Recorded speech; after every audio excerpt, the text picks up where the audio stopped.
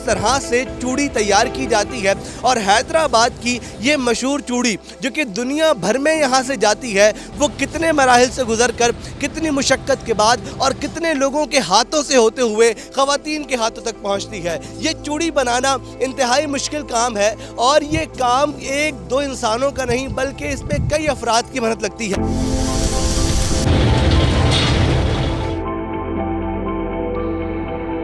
ये आग में जाने के बाद शीशे को पिघलाया जाता है। उसके बाद जो है ये यहाँ पे कारीगरों के हाथों से, ये 15-20 कारीगरों के हाथों से निकल के फिर यहाँ तक आता है, फिर उसकी चूड़ी बनाई जाती है।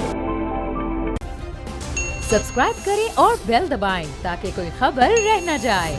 अस्सलामुअलैकुम, मैं हूं अनसब कुरैशी, आप देख रहे हैं बोल बस। नाजरीन, मेरे अक़ब में मौजूद ये कोई कबाड़िए की दुकान नहीं है बल्कि मैं मौजूद हूँ पाकिस्तान की सबसे बड़ी इंडस्ट्री, जी हाँ, चूड़ी की इंडस्ट्री में, जो कि ख़वातीन के हाथों को खूबसूरत बनाती है। ख़वातीन के हाथों में छन छन करने वाली चूड़ियों का आगाज़ और पहला मरहला यहाँ शीशा चुनने से होता है और फिर ये कई मराहिल से गुजर कर ख़वातीन के हाथों को रौनक बख्शती है।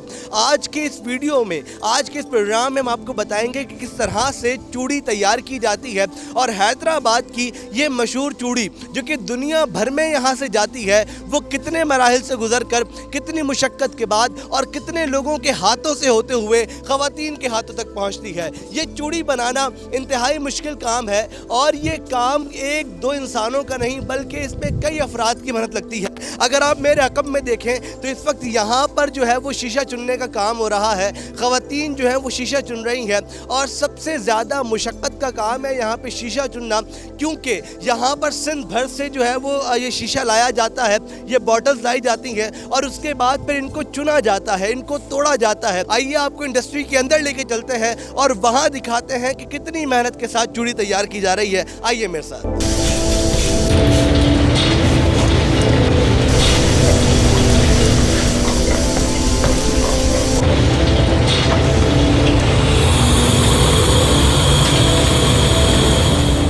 सर मुझे बताइएगा, आप ये जब शीशा उठाते हैं, इसमें भरते हैं ट्रॉली के अंदर, तो क्या हाथों में चोट लग जाती है? हाथों में शीशा लगता है? हाँ भाई, चोट लगती है, क्या करें, मजबूरी है, कमाना पड़ता है, अपनी रोजी और बच्चों को करनी पड़ती है यार।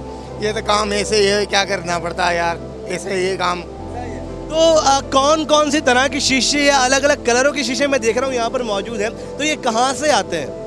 ये कलर अलग अलग होते हैं, सफ़ेद, ब्राउन, लाल, ऐसे ही अलग अलग कलर बनाना पड़ता है। ये जो शीशा है ये भट्टी में डाला जाएगा ताकि इस शीशे को पिघलाया जा सके और फिर ये चूड़ी के लिए आगे कारआमद हो सके। वहाँ से शीशा आता है और ये मेरे अक़ब में भट्टी है जिसकी आग की शिद्दत इतनी शदीद है कि मैं इससे बहुत दूर खड़ा हूँ, लेकिन फिर भी इसकी शिद्दत को महसूस कर सकता हूँ। और मेरे इर्द गिर्द जो है, चूँकि वो ये पिघला हुआ जो शीशा है वो लेकर सब घूम रहे हैं, इसलिए यहाँ पर डर भी लगता है काम करते वक्त, लेकिन ये इन लोगों की महारत है, इस चूड़ी बनाने वालों की महारत है, वो किस तरह ये काम कर रहे हैं। अब आप अगर भट्टी को देखें तो भट्टी में से ये शीशा निकाल कर लेकर जाते हैं पिघला हुआ, और एक एक करके शख्स आएगा और इसमें से जो है वो शीशा निकाल के लेके जाएगा। अभी आप देख सकते हैं ये दोबारा यहाँ पर जो है वो शीशा इन्होंने अंदर निकालने के लिए डाला है, ठीक है। तो यहाँ पर भट्टी से निकला हुआ ये शीशा आ गया है और इसकी भी गर्मी की शिद्दत बहुत ज़्यादा है। मैं करीब खड़ा हूँ, मेरी टांगों में गर्मी महसूस हो रही है। आइए इनसे जानते हैं कि इस शीशे का क्या किया जाता है। सर मुझे बताइएगा, यहाँ पर जो पिघला हुआ शीशा आता है तो उसका क्या करते हैं? भाभी क्या कर रहे हैं इसको? इसकी लोम बनाई जा रही है। लोम इससे क्या होता है? इससे ये होगा तो चूड़ी बनेगी आगे जाके। ठीक है जी, ये लोम बनाई जा रही है इसकी और बहुत ज़्यादा शदीद गर्म हो रहा है। अभी इसको जो है वो प्रॉपर्ली सेट करेंगे और फिर सेट करने के बाद जो है ये दोबारा भट्टी की जानिब जाएगा।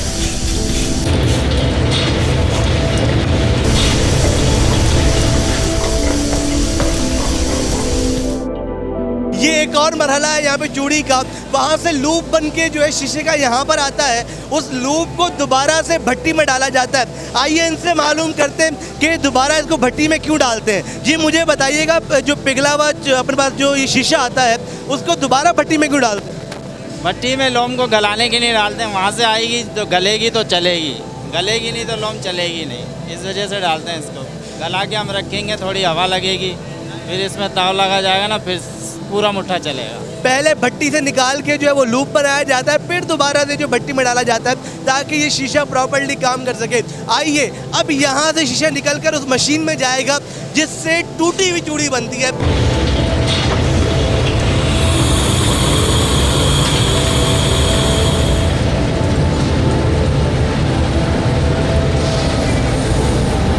फाइनली ये वो मशीन है जहाँ से शीशा जो है, पिघला हुआ शीशा जो है वो चूड़ी की शक्ल इख्तियार करता है। सर मुझे बताइएगा कितनी मेहनत से काम होता है और किस तरह से ये जो शीशा है वो चूड़ी में तब्दील होता है?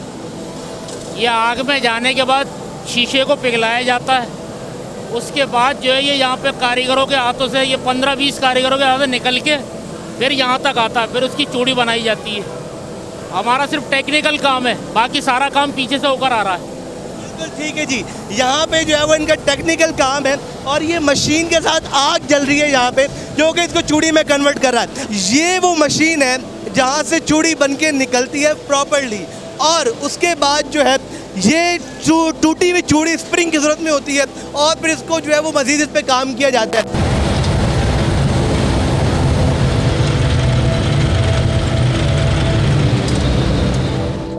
ये इंतहाई मुश्किल प्रोसेस है जिससे गुजर के ये स्प्रिंग तैयार होता है और ये सिर्फ अभी स्प्रिंग है, इसको आगे जाके चूड़ी में कन्वर्ट किया जाता है। तो एक एक चूड़ियाँ लेदा लेदा करी जाती है। एक दिन में तकरीबन ये तोड़ों का हिसाब होता है, 500 भी बन जाते हैं, 600 भी बन जाते हैं। 500-600 तोड़े बनाए जाते हैं, चूड़ी का तोड़े का हिसाब होता है। अब आइए आपको दिखाते हैं कि ये स्प्रिंग बाहर जा रहा है और फिर वहाँ ये टूटी हुई चूड़ी तैयार हो रही है।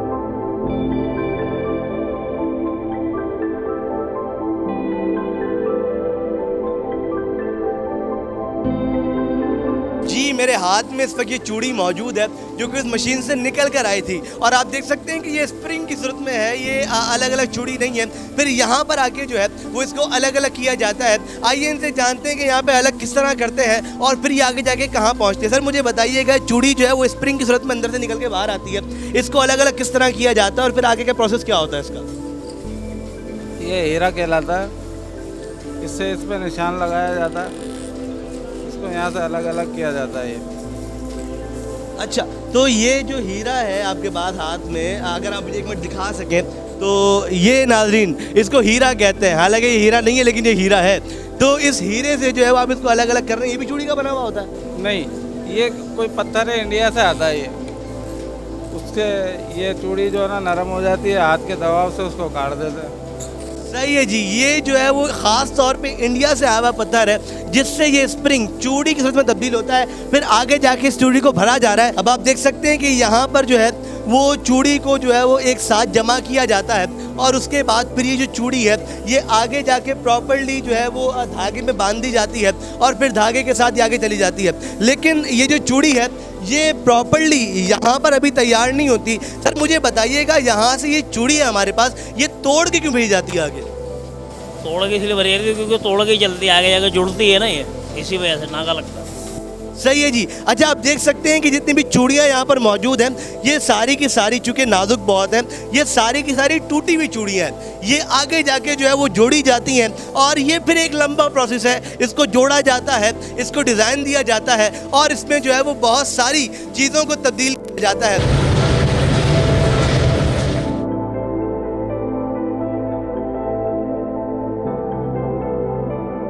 जी नाजरीन, ये पहला हिस्सा है हमारे इस चूड़ी के प्रोग्राम का और अब आगे जाके मार्केट की तरफ चलेंगे। उससे पहले वो जगहें जहाँ पर इस चूड़ी को, टूटी हुई चूड़ी को जो है वो जोड़ा जाता है, फिर इस पर डिज़ाइन दिया जाता है और फिर ये चूड़ी मार्केट तक जाती है। और फिर मार्केट में कितनी किस्म की चूड़ियाँ मौजूद होती हैं, चूँकि चूड़ी दुनिया भर में 2 जगह की मशहूर है, एक इंडिया के बेंगलोर की, एक पाकिस्तान के हैदराबाद की। इसलिए हमने कोशिश की है कि इस चूड़ी के प्रोग्राम को मुकम्मल तौर पर आपको दिखाया जाए और वो ख़वातीन जो हमारा प्रोग्राम देख रही हैं वो भी इस बात से आशना हो सके कि उनके हाथों में मौजूद ये छन छन करने वाली चूड़ियाँ कितनी मेहनत के बाद तैयार होती हैं। तो अगर आपने अभी तक बोल बस को सब्सक्राइब नहीं किया तो लाजमी कर लीजिएगा। कमेंट करके बताएं कि आपको हमारा प्रोग्राम कैसा लगा। मिलते हैं आपसे अगले पार्ट में इस वीडियो के। जब तक के लिए अपने मेज़बान अनसब कुरैशी को इजाज़त। अल्लाह ने के बाद।